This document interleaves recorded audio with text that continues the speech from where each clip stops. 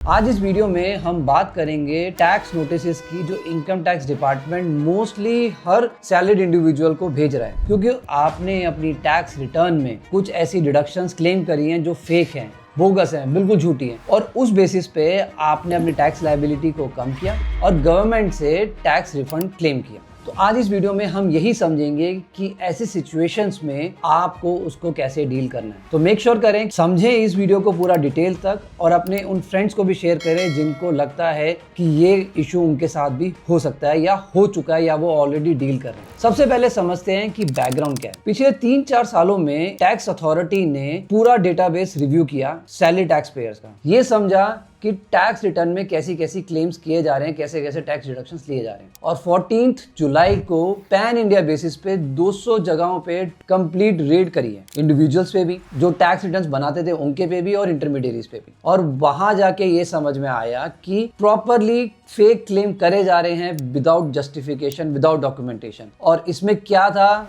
दोनों की मिली भगत, एक टैक्स पेयर की और टैक्स रिटर्न प्रिपेयर की। Tax payer like an individual like you, आपने बोला मुझे तो गवर्नमेंट से टैक्स रिफंड चाहिए, उसने बोला हो जाएगा बट मुझे कमीशन चाहिए, तो यहाँ पे उसको टैक्स रिफंड मिला और टैक्स रिटर्न प्रिपेयर को कमीशन मिला। तो दोनों के लिए विन विन हो गया, गवर्नमेंट के लिए लेकिन लूज हो गया क्योंकि आपने बोगस क्लेम किया। अब समझते हैं कि वो टैक्स डिडक्शंस ऐसी क्या हैं जो टैक्स पेयर्स बोगस फाइल कर रहे थे। कुछ एग्जांपल समझते हैं। पहला है हाउस रेंट अलाउंस। मोस्टली हर कोई individual tax payer house rent allowance claim करता है, लेकिन जो जेन्युइन टैक्स पेयर्स हैं वो प्रॉपर रेंट एग्रीमेंट उनके पास होता है, प्रॉपर ट्रांसफर करते हैं और प्रॉपर रेंट रिसीट्स होता है। लेकिन जो टैक्स पेयर्स कुछ ऐसे हैं जो रेंट एग्रीमेंट ही नहीं है, कोई मनी ट्रांसफर ही नहीं किया, बस दिखा दिया कि मैंने रेंट पे किया है। तो ये पता कैसे चला अथॉरिटी को? जब आपने किसी को रेंट पे किया, उस पर्सन को वो रेंट अपनी टैक्स रिटर्न में डिस्क्लोज करना था, उसने नहीं किया, बट आपने दिखाया कि आपने पे किया। तो गवर्नमेंट ने वो एक चेन को पूरा एनालिसिस किया और आपको नोटिस भेजे कि जस्टिफाई करो कि आपने वो रेंट पे किया है, तो आपने वो एचआरए क्लेम किया।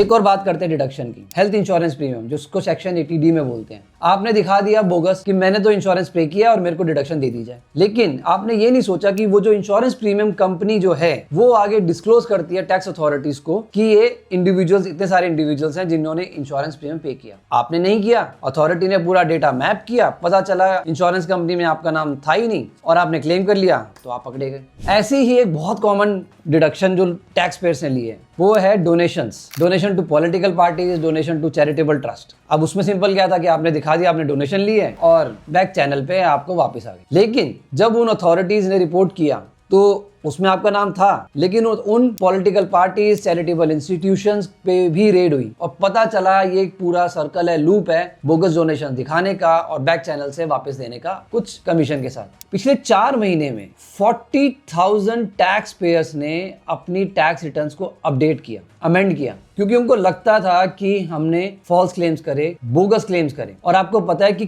कितने अमाउंट का क्लेम विड्रॉ किया गया, बोगस क्लेम्स 1045 करोड़, 1045 करोड़।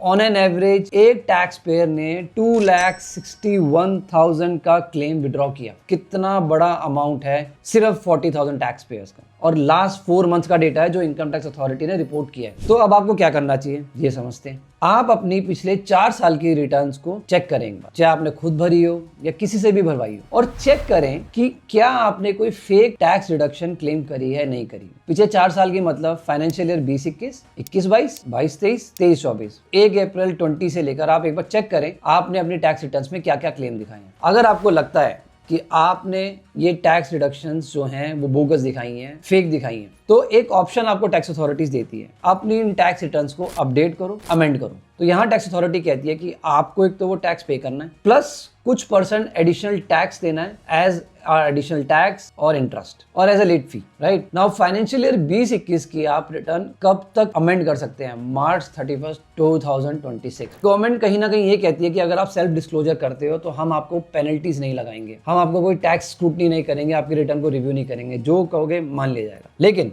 अगर आपने अपनी रिटर्न को अपडेट नहीं किया, अमेंड नहीं किया, तो हम आप तक पहुंचेंगे, हम आपको टैक्स नोटिस भेजेंगे, आपकी रिटर्न को रिव्यू करेंगे और आपको बोलेंगे कि जस्टिफाई करो इन क्लेम्स को, डॉक्यूमेंटेशन दो, क्योंकि हमारे पास तो पूरा बैक चैनल का डेटा है। आप जस्टिफाई करो कि आपने ये कैसे पे किया, किसको पे किया। और अगर आप जस्टिफाई नहीं कर पाए तो हम आपसे टैक्स तो लेंगे ही, इंटरेस्ट भी लेंगे, प्लस पेनल्टी भी लेंगे। और पेनल्टी का जो अमाउंट है वो 50% ऑफ टैक्स से लेकर 200% पेनल्टी तक जाता है। और साथ साथ प्रोफेशनल को हायर करना उस टैक्स नोटिस को डील करने के लिए। मे बी आपका क्लेम जेन्युइन हो तो आगे आप अपील करोगे, ऐसा कोई डरने वाली बात भी नहीं है। But make sure you are very clear in your mind कि कैसे करना है, कब करना है। सो यस, आई थिंक मैंने ओवरव्यू आपको दे दिया है कि अभी रिसेंट सिनेरियोज में क्या हुआ, आप क्या कर सकते हैं और कैसे इस प्रॉब्लम को डील कर सकते हैं। So let me know what do you think. अपनी क्वेरीज लिखिए कमेंट सेक्शन में। I will obviously respond to all those queries. And yes, please subscribe me. I will make sure कि ऐसी और वीडियोस आप तक आती रहें और आपको मैं ये कॉन्टेक्स्ट देता रहूँ, एक बैकग्राउंड देता रहूँ और समझा सकूँ कि कैसे